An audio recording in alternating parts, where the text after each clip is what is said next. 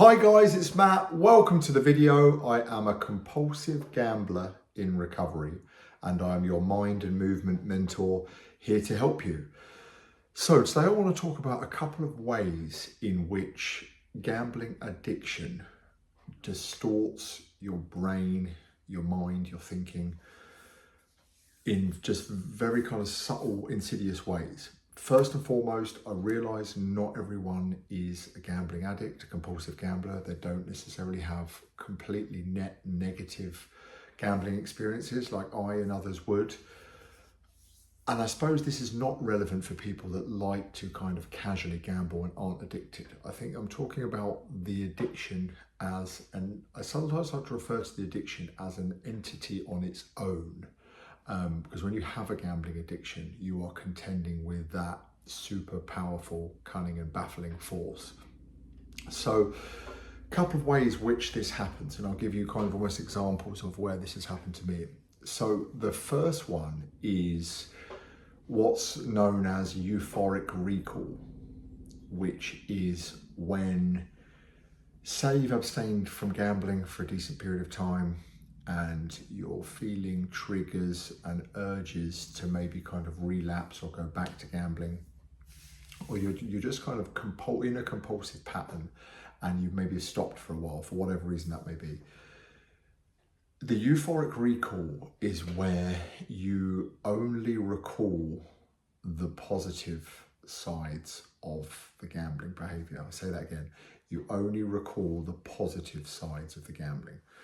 So this has happened to me in the past where, for example, I guess maybe I'm starting to feel some urges anyway, and maybe that's starting to kind of bubble and build. But then I might have like an unexpected expense that I didn't budget for. Like, I don't know, MOT fail on the car, multiple hundreds of pounds to fix it, for example, that I haven't really got, and I'm not going to be able to do it, but there's an urgency behind it. Your brain will recall the times that you've maybe won big, when maybe you were wanting to use a win to sort a problem out in the past, and it will kind of laser in on only that incident. So you'll be almost like subconsciously screening out all the times that you felt sure you were backing a dead cert winner and it didn't happen, and you didn't have money for food the next day, or you had to borrow from the third person or go begging to people to borrow for money. It will literally only kind of halo effect those times, and it will kind of make it sell itself to you in a very kind of subtle way as a good idea, because you're only kind of thinking of the good and not the bad. And I think this is just something to totally bear in mind, that, you know, you need to take more of a balanced view. You need to think about the whole picture of that there hasn't purely just been upside to your gambling behavior, especially if you are a compulsive addict. I can almost guarantee that you would have been gambling at times that you kind of didn't want to, or felt like it was almost happening against your will. So that is one to really, really watch out for. Another one, which is incredibly fascinating to me, is this idea of, I think it's pronounced anhedonia, which is, you know, you've probably heard of maybe hedonism or the hedonic treadmill, which is kind of like real kind of pleasurable, stimulating experiences. This is the name for lack of pleasure. So this is the name for not getting any enjoyment from day-to-day, quote-unquote, normal things. And my word, have I had this before. So, for example, I've gambled up until a point where I'm going to stop because I've had enough. Some people might call that the rock bottom moment. Sometimes people stop for other reasons that aren't quite that severe. They manage to build leverage on themselves to kind of stop in that moment, maybe be honest to nearest and dearest about what's been going on, and, you know, confide in them and get that kind of help. But the brain is still kind of like firing and running from this kind of dopamine roller coaster that you've been taking it on through gambling. And it's almost like the cord's been pulled out of that. And so now you've stopped. And it's like, for me, this has normally it normally lasts about 3.5 weeks. It's under a calendar month, but not by much. And I guess this varies from person to person. And this is like a massive, massive thing.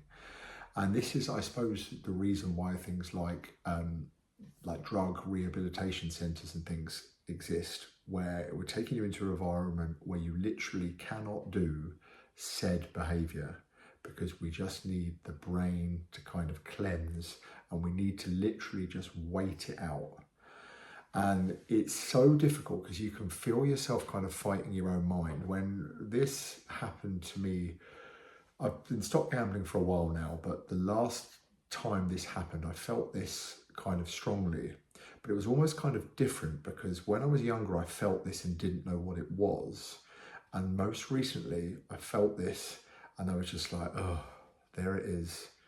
Even my favourite meal is not really going to touch the sides. Things that I'd normally love doing, like going for a walk out with the dog, aren't going to cut it.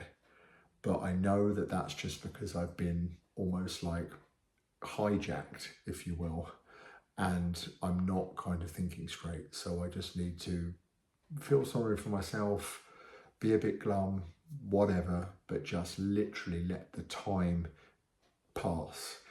And it's uncomfortable. It is really, really uncomfortable. And it's kind of counterintuitive to want to be able to just sit with discomfort when you know that you could just go and gamble, and that would relieve some of the pressure, that would give you that excitement back, that would change your state. So you see this a lot with people that they kind of want to stop, and they maybe do 2 or 3 days and it's just like, oh no, I just don't like this, gamble. And then I did 4 days, but it's still just the same, it won't ever end, it will always be like this, and they go gamble. And you really have to kind of trust that it will pass, because I guess it's almost like the brain chemicals kind of resetting. You know, there is a future you that you almost want to kind of visualize that will be content with just going for a walk on a blue sky day, or, you know, having your favorite takeaway meal, or doing whatever. You will really enjoy that as like a pleasurable uplift from your baseline. But at the moment, because like your baseline's like shot up here and you're just so all over the place chemically, it won't do it at this point in time. And so for me, it's normally about 3.5 weeks. I think for most people, it's probably around about the month mark, maybe slightly longer.